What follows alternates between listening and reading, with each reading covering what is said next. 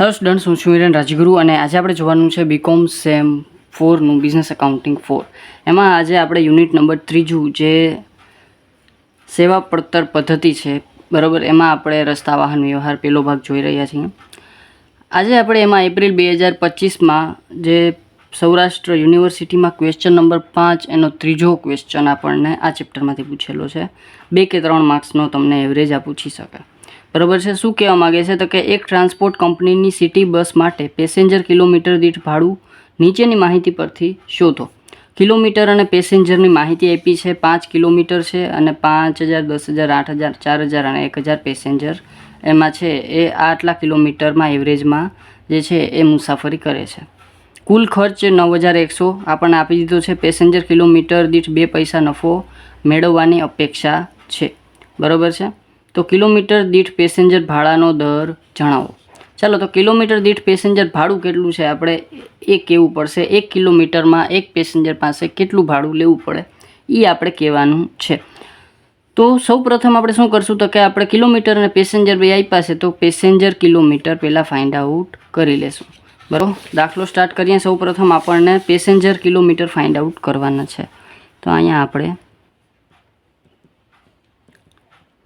Passenger કિલોમીટરની ગણતરી, બરાબર. હવે એમાં કાંઈ નથી કરવાનું. કિલોમીટર અને પેસેન્જર બે આપેલા છે તો માત્ર મલ્ટીપ્લાય કરવાનો છે. તો કિલોમીટર એને ગુણ્યા પેસેન્જર બરાબર પેસેન્જર કિલોમીટર, બરાબર છે. સર શું ચાલુ કર્યું છે? કિલોમીટર પેસેન્જર કિલોમીટર, બરાબર છે. તો આમ જ છે, બરાબર છે. કિલોમીટર પેસેન્જર બેનું મલ્ટીપ્લાય કરશું એટલે પેસેન્જર કિલોમીટર મળી જશે. તો કિલોમીટર છે 1, 2, 3, 4 ને 5, બરાબર.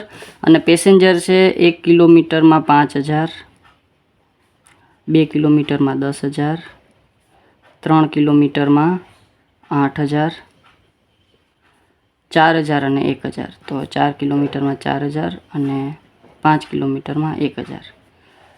ટોટલ મલ્ટીપ્લાય કરી નાખીએ તો 5000 એકુ 5000, 1000 ગુણ્યા 2 એટલે 2000, 3 8 તેરી 24000,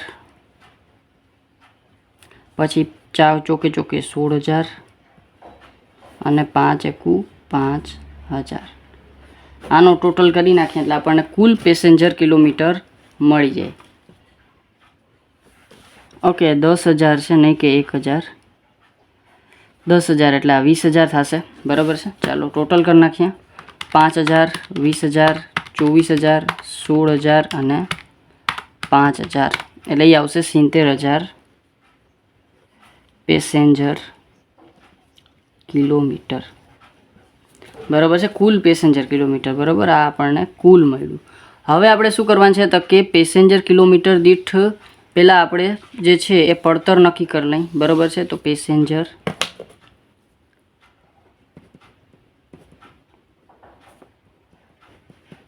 કિલોમીટર દીઠ પડતર બરાબર કુલ ખર્ચ કીધું છે કે પડતર કીધું છે? ખર્ચ કીધું છે. તો કુલ ખર્ચ એના છેદમાં આપણે છે એ કુલ પેસેન્જર કિલોમીટર.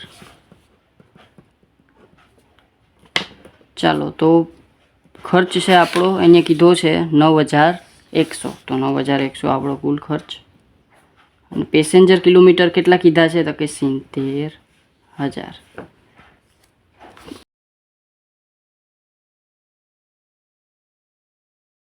તો 9100 એને ભાંગા 70000 તો એ થઈ જશે 0.13. પણ આ રૂપિયામાં છે. 9100 આપણને રૂપિયામાં આપ્યું છે, તો આપણે આને પૈસામાં કન્વર્ટ કરી લઈએ. 0.13 નહીં રાખીએ અને પૈસામાં કન્વર્ટ કરીએ એટલે એને ગુણ્યા 100 એટલે એ થઈ જશે 13 પૈસા. શું થઈ જશે? 13 પૈસા પેસેન્જર કિલોમીટર દીઠ પડતર, બરાબર છે. પેસેન્જર કિલોમીટર દીઠ પડતર.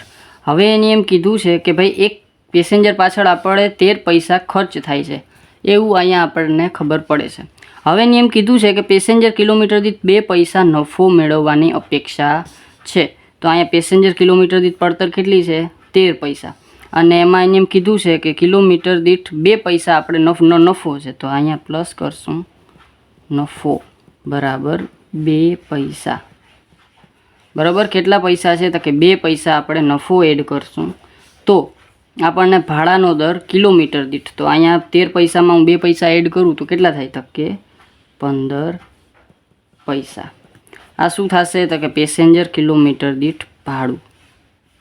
તો આને હું અહીં નહીં પણ રેડ પેનથી લખી નાખું, પેસેન્જર કિલોમીટર દીઠ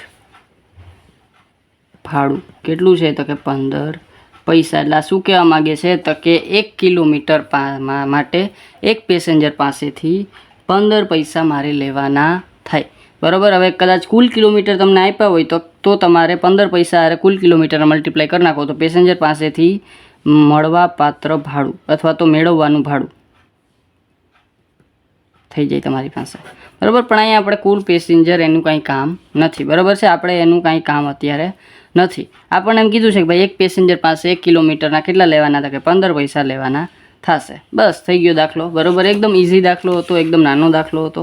2-3 માર્ક્સનો પૂછાઈ જાય તો તમારા રોકડા માર્ક્સ તમને મળી જાય.